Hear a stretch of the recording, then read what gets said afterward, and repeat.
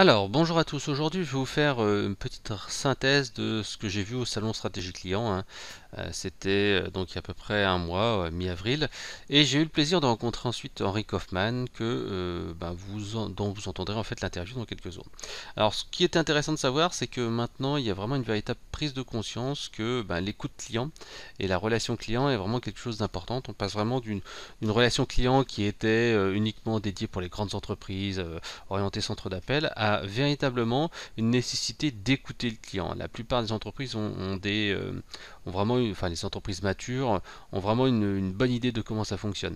Généralement, les entreprises les plus matures ont une écoute à chaud, hein, directement après les interactions, avec une cartographie des parcours clients qui a été effectuée avec plusieurs parcours clients, et donc en fait ils sont vraiment sur l'optimisation et surtout une diffusion d'une culture client au cœur de l'entreprise, puisque en fait on ne peut pas améliorer une culture client, enfin avoir une entreprise orientée client et donner une expérience client extraordinaire si on n'a pas soi-même en fait l'ensemble des collaborateurs qui sont en phase avec cette idée-là et qui font justement en sorte que l'expérience client soit extraordinaire.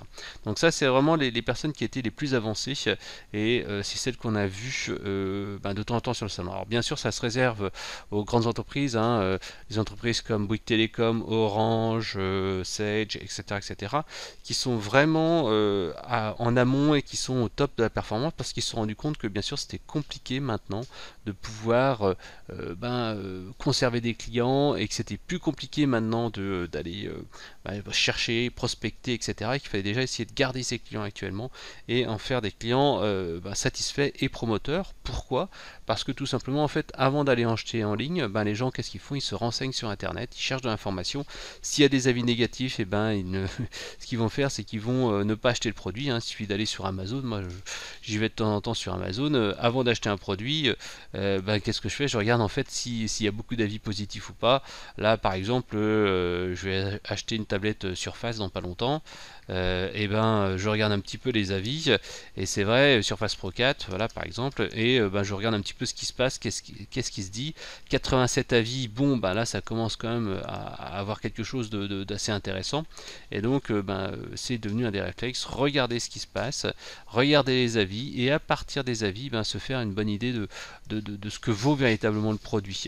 Et bien sûr, souvent les gens, ce qu'ils regardent, c'est des expériences négatives, parce que tout simplement on sait très bien que il y aura toujours des gens qui mettront des trucs positifs, parce que il y a des marques qui ne respectent pas la déontologie, et donc c'est important de savoir un petit peu ce qui se dit, et donc généralement regarder plutôt les témoignages négatifs. Donc pour avoir ces témoignages positifs, il faut commencer déjà par avoir une expérience client positive et faire en sorte qu'ils témoignent après pour votre entreprise. Donc c'est pour ça qu'il devient important, parce que ce sont les clients qui vont faire commander les prospects. Donc c'est important de mettre en place ce cercle vertueux. Donc ça, c'était les entreprises les plus évoluées qui ont mis en place donc de l'écoute à chaud, donc pour mettre après un achat, après une livraison, etc., etc.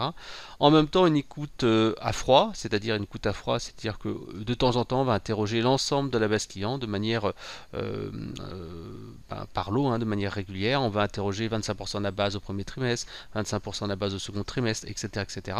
Donc on va interroger comme ça l'ensemble des clients pour pouvoir avoir leur avis, mesurer leur avis, savoir s'il y a des clients insatisfaits qui ne se manifestent pas et qui pourraient justement donner une vue à ce moment-là. Ça permet également de mettre en place un processus d'amélioration continue.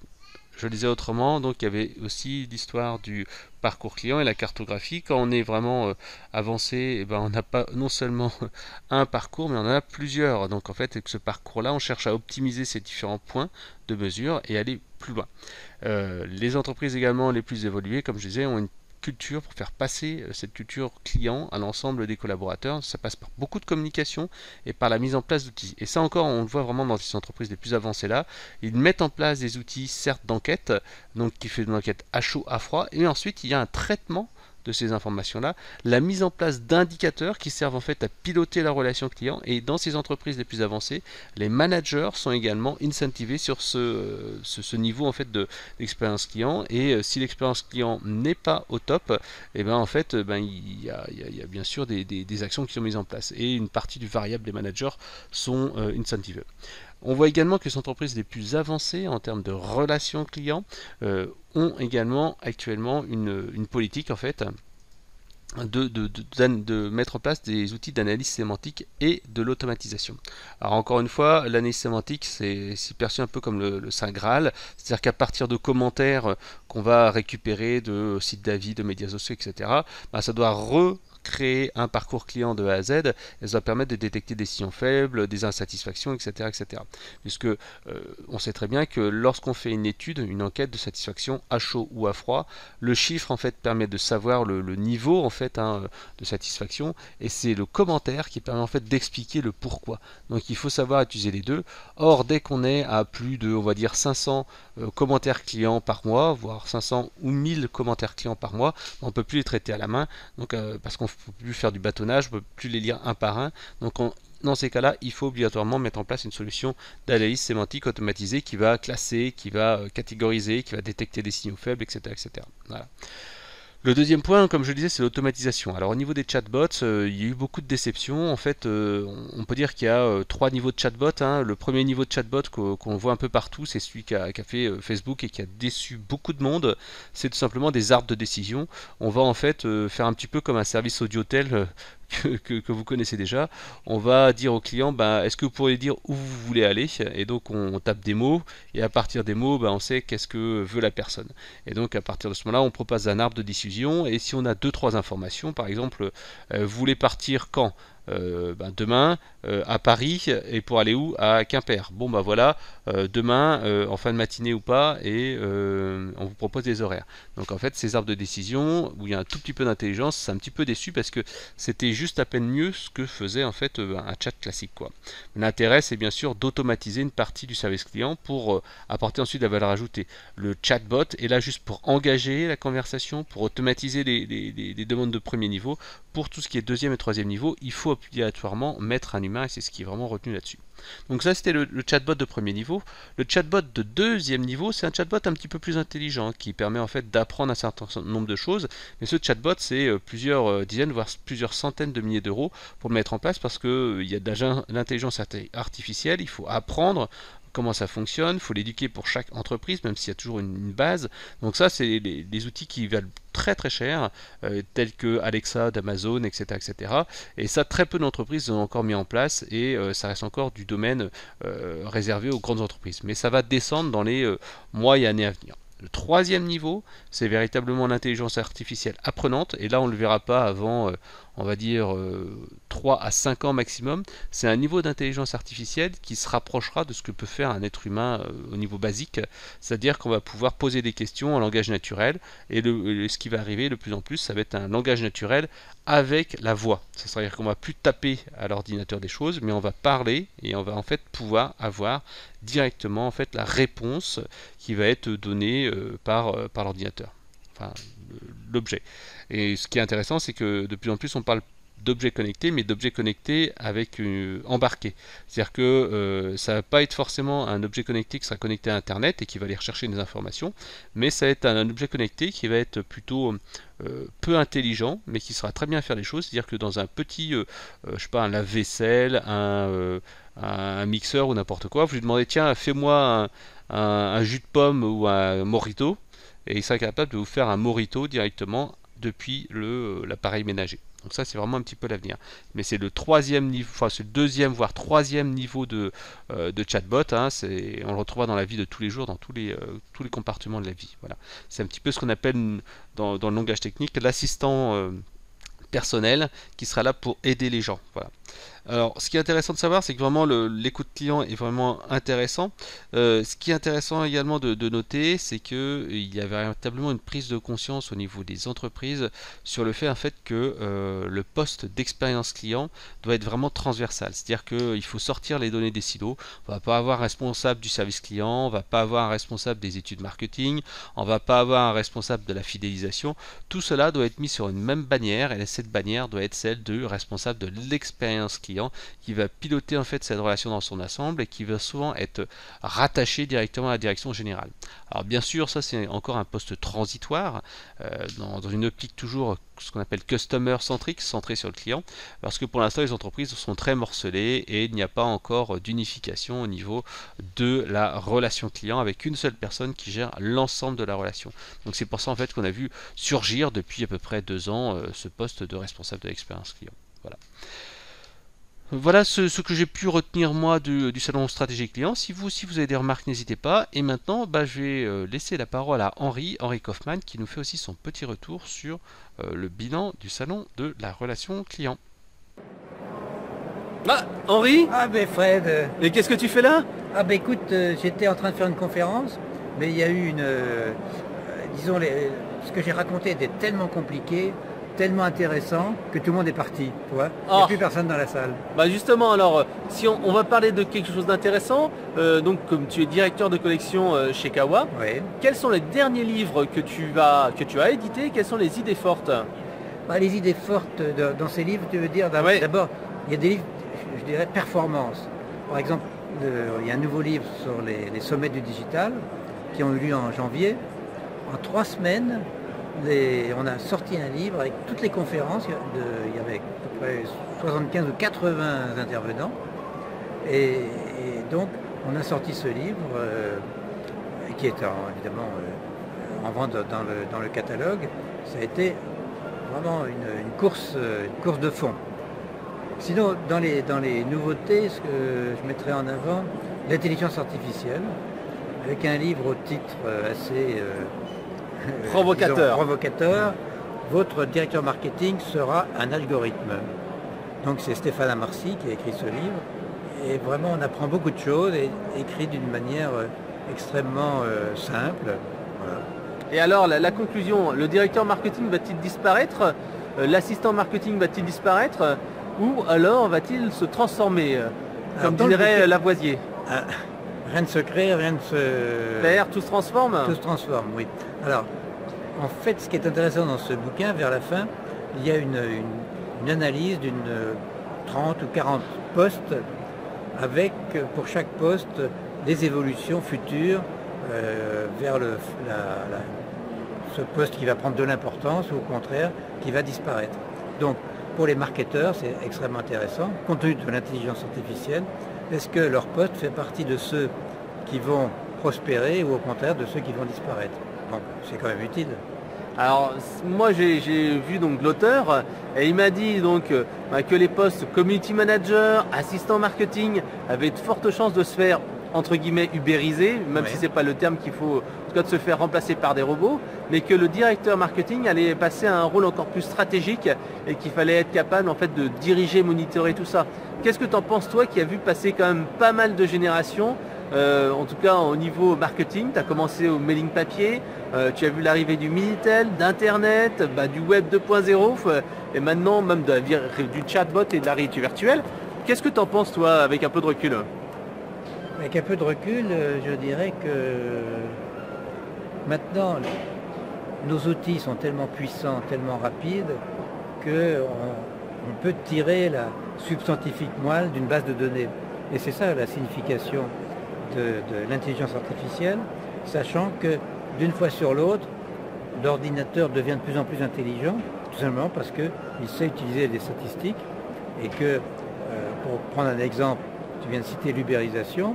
Le succès d'Uber, c'est pas seulement disons la nouvelle expérience client avec ses chauffeurs, avec ses voitures qui sont propres, polies, etc. Mais c'est surtout, le succès tient dans la base de données Uber, qui permet de calculer en temps réel que à tel moment, à tel endroit, quelle est la probabilité qu'il y ait des personnes qui aient besoin de taxi. Ouais, c'est vrai, je discutais justement avec lui aussi, l'auteur, il disait que maintenant les gens préfèrent un algorithme qui soit peu précis mais qui permette de prédire à très très court terme avec une très forte probabilité que d'avoir l'intelligence artificielle qui prévoit sur le long terme mais avec une faible probabilité. Donc on arrive à, je dirais, une presbytie ou une myopie, je ne sais pas comment on peut le dire, mais de la réalité. On peut avoir raison. Du moment qu'on n'est pas stigmate, ça va. Hein. Donc ça, c'était le premier livre. Mon directeur marketing est un algorithme. Le deuxième le sommet livre. du digital dont je viens de parler. Ouais. Alors le troisième. Le troisième livre, alors là, je le prendrai dans un domaine qui n'est pas celui du marketing, mais comme tu le sais, on fait aussi des romans, soit des romans thérapie, soit des romans un petit peu complexes, si je peux dire. Et le dernier est un roman tout à fait étonnant. Ça s'appelle « La vie est un parfum, respirez-la ». Et c'est une histoire qui se déroule dans le présent. Et la même histoire est déclinée 50 ans après, 100 ans après et plusieurs milliers d'années après. Et donc, en fait, ces 4 histoires sont réparties de la manière suivante, c'est que l'histoire du temps présent est sur la page de gauche des livres et les autres histoires du futur sont sur la page de droite, avec une cerise sur le gâteau, c'est que le bouquin sera accompagné de marque-pages parfumés, parfums personnalisés au nom de chacun des héros du bouquin. D'accord. Alors autrement, j'ai rencontré Bruno Friedlanski, qui a écrit un bouquin sur LinkedIn. Est-ce que tu peux nous donner quelques petites astuces ou des choses intéressantes que tu as vues dans ce livre sur l'utilisation de LinkedIn pour... Franchement, je suis un utilisateur assez médiocre de LinkedIn, même si j'y suis. Et tout ce que je peux dire, c'est que LinkedIn évolue à une vitesse, celle de l'Internet, et que un bouquin type LinkedIn devient obsolète rapidement au bout de quelques semestres, trimestres, et que c'était important pour Bruno donc de remettre à jour son livre. Et dans le domaine aussi des livres pratiques, je voudrais évoquer le Go Live de 3 auteurs que tu connais évidemment. C'est Pierre-Philippe Cormeret, c'est Damien Douany et notre ami canadien Benoît Descaries qui sont mis ensemble pour faire le mode d'emploi, si je puis dire, de Periscope et du Facebook Live. Et là aussi très passionnant pour ceux qui veulent devenir des vedettes mondiales sur Internet. Alors, le dernier succès en fait de Kawa, c'est également la communication digitale expliquée à mon boss. Oui, tout à fait. La stratégie digitale expliquée à mon boss. La communication digitale. La communication digitale, donc c'est la série à mon boss. Voilà, Yann Govanek et Hervé Cabla. Est-ce que tu peux nous en dire quelques mots? Pourquoi ça a été pourquoi c'est un si gros succès ce livre? Ces livres. C'est un gros succès parce que ces livres, je dirais, sont extrêmement pédagogiques, prennent parti souvent sur des idées, des conceptions, et surtout, c'est presque une Bible, c'est-à-dire qu'il y a le recensement des différents outils, des différents points de vue, et c'est, comme son nom l'indique, expliqué à mon boss. Donc c'est pas trop technique, tout en étant de temps en temps philosophique et sociétal. D'accord. Alors ma dernière question sera plutôt pour le directeur d'édition. C'est comment on fait maintenant pour faire connaître un bouquin papier lorsqu'on est à l'ère du numérique. Là, bien sûr, tu es présent sur un salon, c'est important de voir comme ça du monde. On reste encore dans le classique. Hein. Comment on fait pour maintenant qu'un livre soit un succès? Est-ce qu'on fait appel à des auteurs très connus qui sont des influenceurs comme Yann, comme Bruno, etc., pour profiter de leur notoriété? Comment on fait pour qu'un livre va être un méga succès Comment on fait? Tout simplement, on lit le livre de Marie-Laure Laville qui s'appelle « Les RP à l'heure du digital ». Et donc là-dedans, toutes les recettes sont incluses. Bon, là, je botte en touche, mais c'est un peu comme ça. C'est-à-dire que sur la couverture, en plus de ce livre, il y a la reproduction d'une statuette hindoue qui est un dieu à 9 têtes. Là, c'est une déesse RP à 9 têtes. Parce que maintenant, le secret, c'est d'adapter son message, évidemment, tu le sais très bien, aux médias.